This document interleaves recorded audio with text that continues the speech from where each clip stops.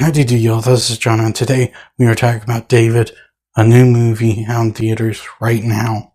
And in David, it tells us the story of David the shepherd, who went from being a shepherd to a Israeli hero after defeating Goliath and eventually king of the Israelites. It's a classic biblical story that everyone's heard of. At least they've heard of, the David and Goliath fight. But, there's more to the story of David than just the fight, and this is kind of what the movie revolves around. It's about him, becoming a man and becoming a king. Not just, David and Goliath. Yes, it's a part of it, but it's about a bit more than just that. So getting into it, first and foremost, what I liked about the movie, the storytelling, obviously, with it dealing with a biblical story, it's going to be strong because there's a lot of stories in the Bible that are, really dang good, regardless of whether or not you actually believe in the Bible or not. But, not just the actual biblical story itself, but the way in which they decided to tell it in this film, I liked it. I liked it because it was very engaging, and, you got to know more about David than what you typically hear, in, passing conversations. Because again, you only commonly hear about David and Goliath. There's a lot more to the story of David than just that. It also deals with the classic trope of, the reluctant hero.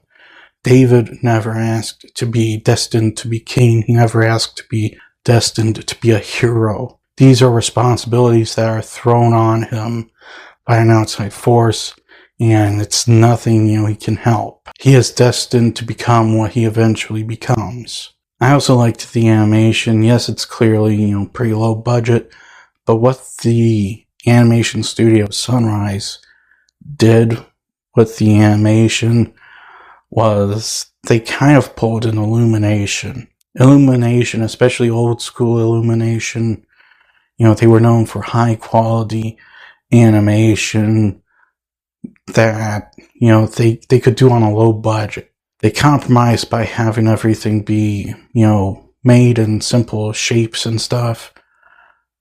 But in doing so, they enabled themselves to create very fluid movements. And not only that, but the textures and everything. Like, the illumination was always very spot on with the textures and colors and everything else. Sunrise did the exact same thing with David. Yes, it's low budget. There's simple shapes to make up everything, but everything else more than makes up for it. Because, the animation, like I said, it's very good looking. It's very appealing to look at. It's not jarring and cheesy looking. I also like the voice acting. I think everyone did a good job in the film, voice acting wise. But to me, the standout was the guy who voiced Goliath. I'm not going to even bother to try to pronounce his name. I think he's, from Israel, just, by the nature of his name.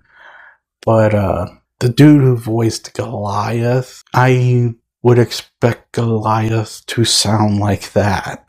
Guy nailed it.